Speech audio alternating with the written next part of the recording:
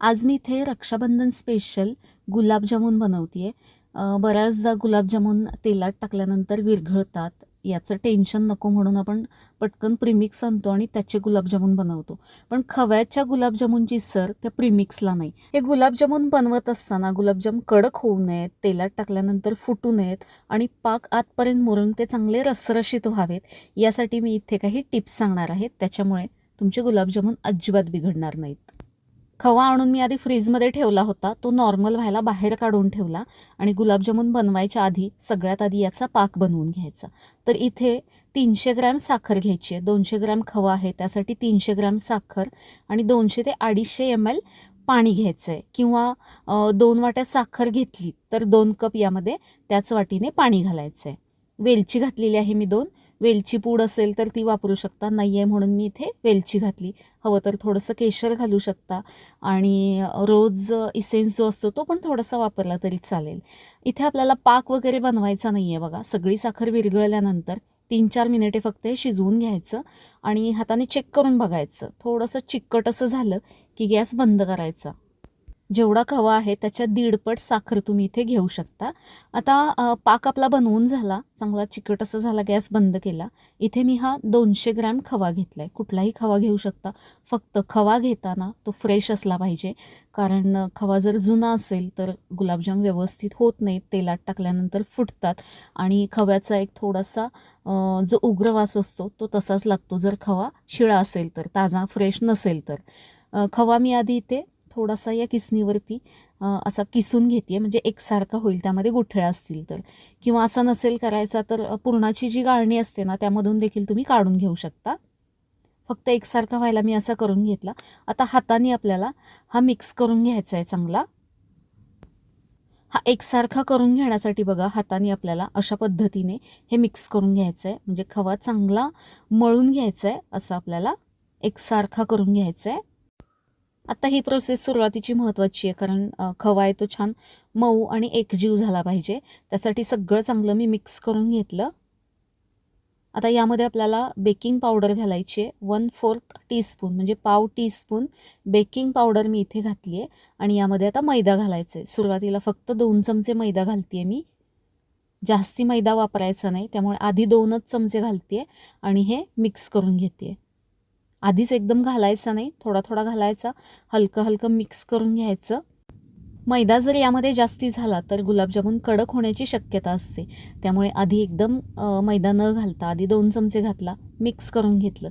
मिश्रण अजून सैलसर वाटतंय म्हणून अजून 2 चमचे मैदा मी यामध्ये घातलेला आहे आणि परत एकदा मिक्स करून घेते। छान फक्त आपल्याला एकजीव एका ठिकाणी हे करून घ्यायचं आहे एकसारखं असं।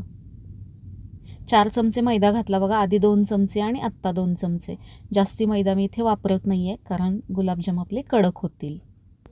गुलाबजामसाठी तुम्ही जो खवा घेताय ना, तो शक्यतो जिथे तुम्ही नेहमी खवा घेता अशाच ठिकाणी घ्या। एकदा मी असाच खवा मागवला होता आणि त्याच्यावरची एक्सपायरी डेट अजून बरीच लांबची होती। तरी पण त्याचे मी जेव्हा गुलाबजाम केले तेव्हा त्याचं जे वरचं कोटिंग आहे ते तेलामध्ये सुटत होतं आणि त्याची टेस्ट पण थोडीशी वेगळी लागत होती आणि त्या फक्त खव्यामुळे म्हणजे पूर्ण गुलाबजाम खराब झाले होते।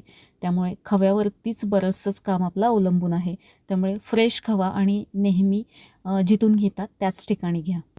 गुलाबजामुन तळण्यासाठी इथे मी तेल गरम व्हायला ठेवलं आहे आणि पाक तर आपला आधीच तयार झाला आहे। इथे हे पीठ आपलं चांगलं मळलं गेलं आहे, सगळा नाही, एक पहिल्यांदा मी एक छोटासा याचा गोळा तयार करून घेते आहे। काय करायचं, असा छोटासा गोळा तयार करायचा आणि तेल अगदी मीडियम गरम असलं पाहिजे, कमी गरम असलं पाहिजे, जास्ती याला ताव नको। त्याच्यामध्ये छोटासा एक गोळा टाकून बघायचा जो आपण बनवला आहे तो, आणि गॅस लो टू मीडियम हीटमध्येच ठेवायचा, खूप कमी नाही आणि खूप जास्त नाही असा। आणि हा गोळा टाकल्यानंतर बघा पटकन वरती येत नाही आहे, अलगद हळूहळू वर येतो आहे, म्हणजे तेलाचं टेम्परेचर हे आपलं योग्य आहे। आणि हा गोळा यामध्ये टाकल्यानंतर हा गोळा तेलामध्ये विरघळत नाही आहे, म्हणजेच हे मिश्रण जे आहे आपलं ते अगदी परफेक्ट असं झालं आहे।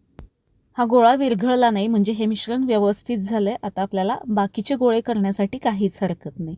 आता या स्टेजला हे गोळे बनवत असताना बघा हातावरती थोडंसं मी मळून घेते आणि मग याचा गोळा बनवते। असं केल्याने काय होतं, या गोळ्याला अजिबात क्रॅक जात नाहीत। बघा इथे अजिबात क्रॅक नाही झाले, छान एकसारखा असा गोळा तयार झाला आहे। हे पीठ मळत असताना पाण्याचा किंवा दुधाचा अजिबात मी वापर केला नाही आहे. त्यामुळे मऊ असंच पीठ ठेवलं होतं. जास्ती कडक पण नाही आणि जास्ती सैलसर पण नाही. असे या पद्धतीने गोळे बनवून घ्यायचे. सगळे एकदम बनवत नाही आहे, सुकतात नंतर ते. त्यामुळे आधीच्या बॅचसाठी जेवढे तळून घ्यायचे आहेत तेवढेच आधी मी इथे बनवून घेते. 4-5 गोळे बनवून घ्यायचे. बघा क्रॅक अजिबात याला राहता कामा नये. आता हे गोळे बनवून घेतले, तेलामध्ये तळून घेऊया. जर समजा तुम्हाला वाटलं या स्टेजला हे विरघळतंय, आधीच आपल्याला छोट्या गोळ्यातच समजणार आहे की हे पीठ विरघळते का. विरघळतंय असं वाटलं तर एखादा चमचा बिंदास त्यामध्ये मैदा घालायचा, परत थोडंसं मळून घ्यायचं आणि परत एक गोळा फक्त आधी तळून बघायचा. तो विरघळत नाही आहे याची खात्री झाली की मग बाकीचे गोळे बनवून तळून घ्यायचे आहेत. तेलाचं टेम्परेचर एकदम कमी झालं तरी देखील हे गुलाबजामचे गोळे तेलामध्ये विरघळू शकतात. त्यामुळे लो टू मिडियमच्या मध्ये असा गॅस ठेवायचा आणि छान असे एकसारखे आपल्याला हे तळून काढायचे आहेत. मोठा झाराबिरा काही घालायचं नाही. फोर्कने मी त्याला थोडंसं हलवून घेते आहे. जास्त ढवळाढवळ करायची नाही, फक्त एकसारखं फिरवून घ्यायचं. म्हणजे सगळ्या बाजूनी मस्त असे हे तळले जातात, याला मस्त रंग येईपर्यंत. आधी आपण पाक बनवून घेतला आहे, तो पाक थोडा कोमट असला पाहिजे. अगदीच गार नको आणि खूप कडक पण नको, पण कोमट असला पाहिजे. जर गार झाला असेल तर थोडासा कोमट करून घेऊ शकता. हे आपले गुलाबजाम तळून होत आहेत तोपर्यंत. पण तो पाक कोमट आहे त्यामुळे मी आता त्याला डबल गरम करत नाही आहे. छान असे हे गुलाबजाम तळले गेले की हे काढायचे, लगेच पाकात नाही टाकायचे. एका झाऱ्याने असे काढायचे. मस्त याला रंग आलाय बघा, मी काढून घेते आता.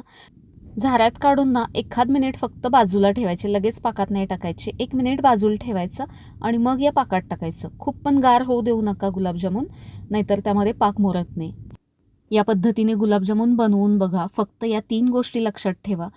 खव्यामध्ये मैदा जास्ती झाला तर गुलाबजामुन तळल्यानंतर कडक होतात आणि मैदा कमी पडला तर गुलाबजामुन तेलामध्ये विरघळतात. आणि जो पाक आहे तो कोमट असावा आणि गरम गुलाबजामुन त्यामध्ये घालायचे, म्हणजे गुलाबजामुन छान असे शुगर सिरप त्यामध्ये सोक होतं आणि चांगले रसरशीत असे गुलाबजामुन तयार होतात. या पद्धतीने हे गुलाबजामुन नक्की बनवून बघा. मला कमेंटमध्ये सांगा कसे झाले ते. या 3 महत्त्वाच्या टिप्स जर तुम्ही पाळल्या तर हे गुलाबजामुन तुमचे अजिबात बिघडणार नाहीत. नक्की बनवून बघा. बनवायला एकदम झटपट आहेत आणि पटकन तयार होतात. कसे वाटले तुम्हाला हे गोड गुलाबजामुन? मला कमेंटमध्ये नक्की सांगा. छान रसरशीत असे झालेत बघा. मी एक कापून पण दाखवला आहे. तर अजून पुढची कुठली रेसिपी तुम्हाला बघायला आवडेल हे पण मला कमेंटमध्ये सांगा. बघताय तुम्ही आतपर्यंत याचा छान पाक मुरला आहे. गोलच बनवले पाहिजे असे काही नाही, उभट पण शेप देतात, तसा देखील तुम्ही बनवू शकता. अगदी रसरशीत असे हे गुलाबजामुन तयार झालेत. चला तर मग परत भेटू अशाच एका मस्त गोडधोड रेसिपीमध्ये. धन्यवाद.